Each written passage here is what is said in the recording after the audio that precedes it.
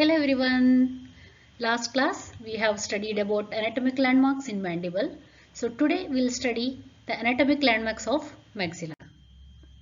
So let us do a little revision of the last class. So what is an anatomic landmark? It's a recognizable anatomic structure used as a point of reference. So how do you classify the anatomic landmarks? They are peripheral or limiting areas, supporting or stress bearing areas, and relief areas.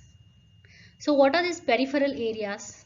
So you can see in this cast, maxilla and mandible, I have marked the boundaries or the extension of your denture.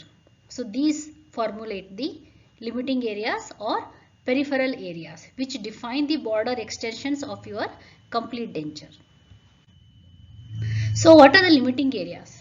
So in maxilla we have labial frenum, labial vestibule, buccal frenum, buccal vestibule, and distal extension, maxillary tuberosity, and posterior palatal seal.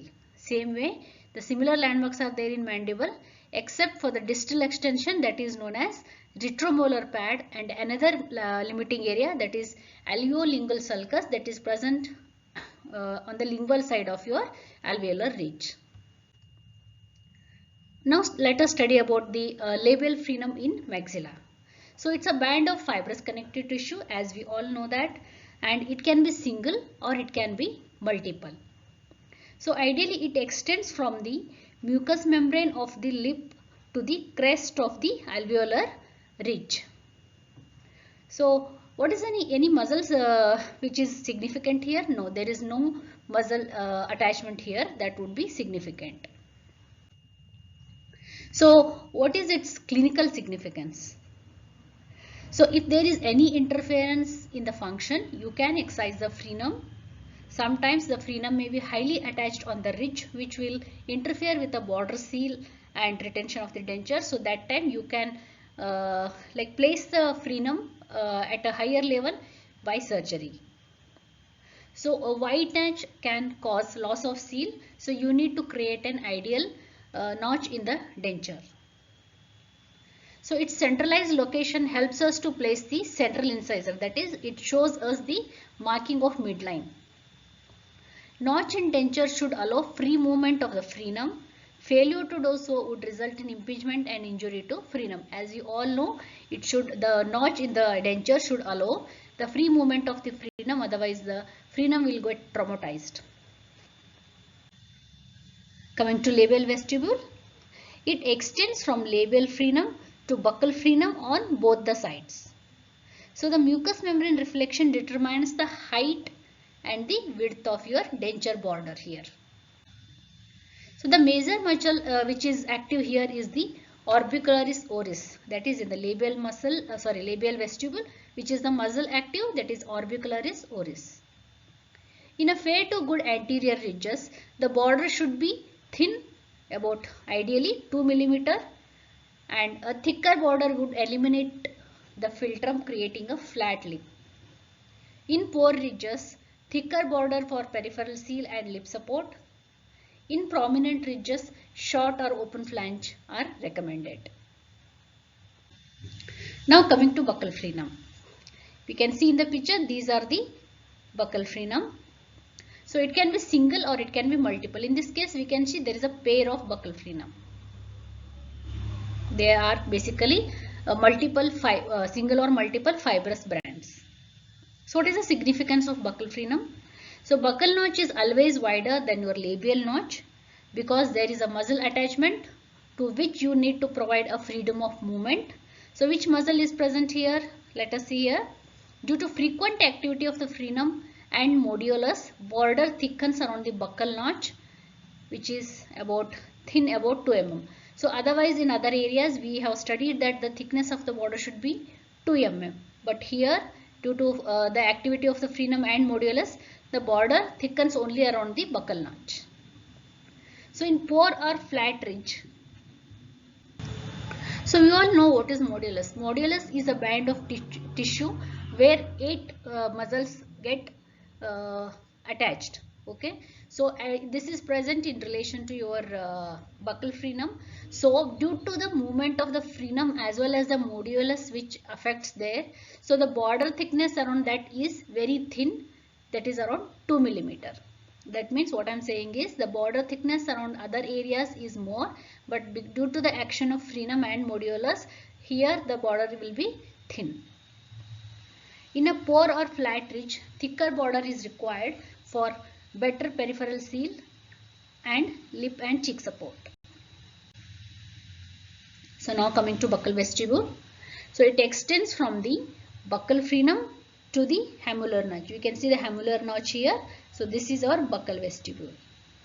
So it is thinner in the mesial aspect and becomes thicker when it goes to the area of the tuberosity. So it houses the buccal flange of the denture. So it is influenced again by the modulus, buccinator and distally by the coronoid process. So the border of the denture in this area, that is the buccal vestibule, is influenced by modulus, buccinator and coronoid process. So you need to accommodate for the movement of all these in the denture border in buccal sulcus area. So tuberosity area of the buccal flange are critical areas of retention and you need to go for a careful border molding there. The width of buccal border in tuberosity is around 3 to 5 mm. We saw that it was 2 mm in the anterior surfaces. So in this area it is wider, thicker, that is around 3 to 5 millimeter. The thickness depends on the size of the tuberosity and proximity of the coronoid process in functional movements, attachment of the buccinator. So the thickness around this, the buccal vestibule area, is dependent mainly on the thickness of the tuberosity. If you have a very big tuberosity, then the border will be thin. And then the proximity of the coronoid process. When you ask the patient to do a lateral movement, the coronoid process presses onto this buccal sulcus and it will shape the thickness of the border here. So coming to maxillary tuberosity. So it is the most distal aspect of the posterior alveolar ridges. If we say this is a posterior ridge, this is the maxillary tuberosity. So the vertical reduction when tuberosities touch pear-shaped pad at vertical dimension. So when the patient closes at vertical dimension, so if these maxillary tuberosity touches the retromolar pad of the lower ridge, then you need to provide relief, that is you need to surgically reduce the maxillary tuberosity. Lateral reduction is required when there is an inadequate space for the buccal flange when coronoid process comes in contact in opening the or in the lateral jaw movements. So suppose if coronoid process is influencing during the lateral movements and the thickness, the maxillary tuberosity is more thick, then you need to reduce in a lateral manner, like the lateral reduction of the tuberosity, so that you get an adequate buccal flange thickness so that it does not fracture. So if surgery is not feasible, what you can do is you can support the buccal this flange of the denture with a casting of chrome alloy. That will strengthen the denture, thus the fracture will be prevented. In some cases, the tuberosity bone is replaced by completely a fibrous tissue. Okay, the amount and displaceability is will decide its removable. So if it's completely movable or it's interfering, then you will have to go for a surgical removal. Then coming to hamular notch. So this is also known as pterygomaxillary notch. So what is it? It is a 2 mm displaceable area between the maxillary tuberosity and the pterygoid hamulus. You can see here, this is your hamular notch. Okay, this is your tuberosity and you have a hamular notch. So here this is the hamular notch. It identifies the distal end of the denture, that is your posterior palatal seal area comes and it continues with the hamular notch here. So these things you will mark the distal extension of your upper complete denture. Now coming to posterior palatal seal. This is the area distal to the junction of hard and soft palate where the movement occurs when the patient says the word ah. That is it is a junction between the hard palate and the movable tissues of the soft palate. Okay, so you can utilize this area to aid in retention of your maxillary denture. So ideally, what is the width of your posterior palatal seal? It is 4 to 12 millimeter, and on an average you can keep it around 8 millimeter. So when recorded accurately, it gives a better peripheral seal. And what is the shape of it? It is a cupid bow shaped, as you can see it in the picture. So it clearly demarcates the cupid bow shaped. What are the functions of your posterior palatal seal, which is also known as PPS? So it aids in retention, as I already mentioned, and then it also reduces the tendency of gag reflex. It provides a seal in the posterior area so that it prevents any like reflex of the food particles or whatever around in the throat. So it prevents the gag reflex by providing a proper seal. As I already mentioned, it prevents the food accumulation underlying the denture as it forms the seal, and it also compensates for the polymerization shrinkage that occurs in the denture. Now coming to relief areas. What are the relief areas in maxilla? Incisive papilla, mid-palatine raphe, maxillary tori, and sharp bony spicules if at all they are present on the alveolar ridge. So this incisive papilla is a pad of fibrous connective tissue which is overlying the bony exit of the nasopalatine nerves and vessels. So what I was saying here is this is the incisive papilla. So under this incisive papilla you have a nasopalatine incisive foramen, okay, through which you have incisive nerve and vessels, also known as nasopalatine nerves and vessels. So it is situated on a line immediately behind the central incisor. Suppose if you imagine there are teeth, so just if you consider here two central incisors, immediately behind that lies the incisive papilla. So what is the significance of this landmark? So not to be displaced or compressed in impression making. So whenever you are making impression, do not pressurize this area.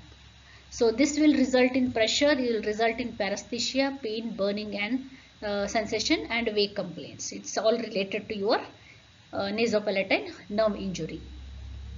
So it also helps in guides in arrangement of the anterior teeth, also helps us to decide the midline, and position of the incisive papilla varies according to ridge resorption, as we already know this. So lies nearer to crest of a ridge as the resorption progresses.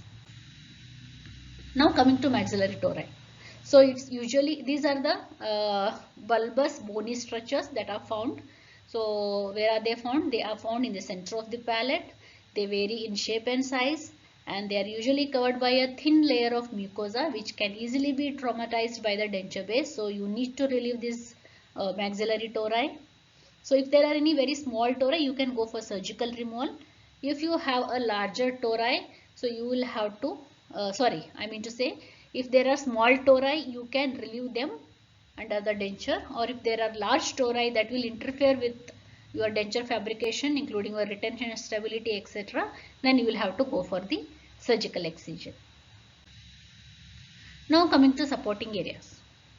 As I already mentioned, there are two types in this, that is a primary stress bearing area and the secondary stress bearing area. What is a primary stress bearing area? The areas of the edentulous ridge that is right angle to the occlusal forces. So the occlusal forces are right angle to, or say perpendicular to these areas, and they do not resorb easily. So that is the feature of a primary stress bearing area. What is an example? In maxilla, it is maxillary posterior ridge and the lateral shells and the flat areas of the hard palate. Secondary stress bearing areas are the areas of the edentulous ridge which are greater than right angle or parallel to the occlusal forces, and areas right angle to occlusal forces but tend to resorb under load. Example is the anterior residual alveolar ridges, slopes of the ridges and rugae. So here in this case we can see this is your posterior alveolar ridge, and these are the lateral shells and flat areas of the palate which are the primary stress bearing area, and the slopes of the ridges and the anterior alveolar ridges and the rugae are the secondary stress bearing areas. Okay, posterior alveolar ridges, these are the posterior alveolar ridges as demarcated here. They are less likely to resorb under pressure, that's why they are primary areas of support. Coming to hard palate, it's a primary supporting area, basically the lateral shells and the flat areas. It's a rounded and U-shaped palate which has best resistance to your vertical and lateral forces by the denture. So a flat palate resists vertical force but displaced by lateral and torquing forces. A V-shaped palate is most unfavorable. Placing the PPS becomes very difficult here. So you have very less retention and stability when you encounter with a V-shaped palate. So which is the best? So you have a U-shaped palate is the best for denture retention. Coming to anterior alveolar ridge, it is considered as the secondary area of support, which we already saw, and it is more susceptible to resorption, and it has to be captured with little or medium pressure. Then coming to rugae, these are the raised areas of connective tissue radiating from midline, as we can see here, in the anterior 1/3 of the palate. Where they are present? They are present in the anterior 1/3 of the palate, and they radiate from the midline. Okay, these are your rugaes. So they are often distorted by the ill-fitting denture, and they should be allowed to get to normal before impression. So suppose a ill-fitting denture has completely like pressurized these, they become distorted. So you need to identify that, and you need to give them a rest or come to their normal position before making an impression for the next denture, that is the new denture. This is achieved by leaving denture out for a few days or by use of the tissue conditioners. So it's the secondary area of support. Coming to fovea palatini, two small indentations. You can see here, these are the two small indentations which are present on each side of the midline. This is your midline at the distal end of the hard palate. Suppose if you say this is your distal end of the hard palate, so lateral to these midlines, these are two small indentations. They are formed by the coalescence of mucous gland ducts, and they aid in determining your posterior palatal seal, that is the anterior and posterior vibrating lines. So you can see here in the impression how these two indentations are recorded. So coming to the end of the this presentation, so let us summarize this. So we studied about anatomical landmarks of the maxilla, so which are classified as like relief areas, supporting areas, and the limiting areas. Supporting areas are again primary stress bearing and secondary stress bearing. Okay, let us see the limiting areas here. This is the labial frenum, and this is the labial sulcus, buccal frenum, buccal sulcus. This is the hamular notch, and this is your posterior palatal seal. So this is your entire thing that is marked in blue is your limiting or say peripheral areas. Okay, now coming to relief areas. This is the first relief area, that is your incision papilla, and then we have a mid palatine raphe here. So this is the where the two maxillary halves will meet, creating an intermaxillary suture, and the mucosa over this suture is very thin. So you need to provide relief for this area so that the mucosa over it is very thin and does not get traumatized by the overlying denture. So incision papilla, median palatine raphe, these are the relief areas. And then coming to the supporting area. So which is the primary supporting area in this? The areas that are marked in green, that is the lateral shells and flat areas of the hard palate. This is your primary supporting area. Also includes your posterior alveolar ridge. And then coming to secondary supporting area, anterior alveolar ridge and the slopes of the ridges and the rugae. So here we end the class. Thank you everyone.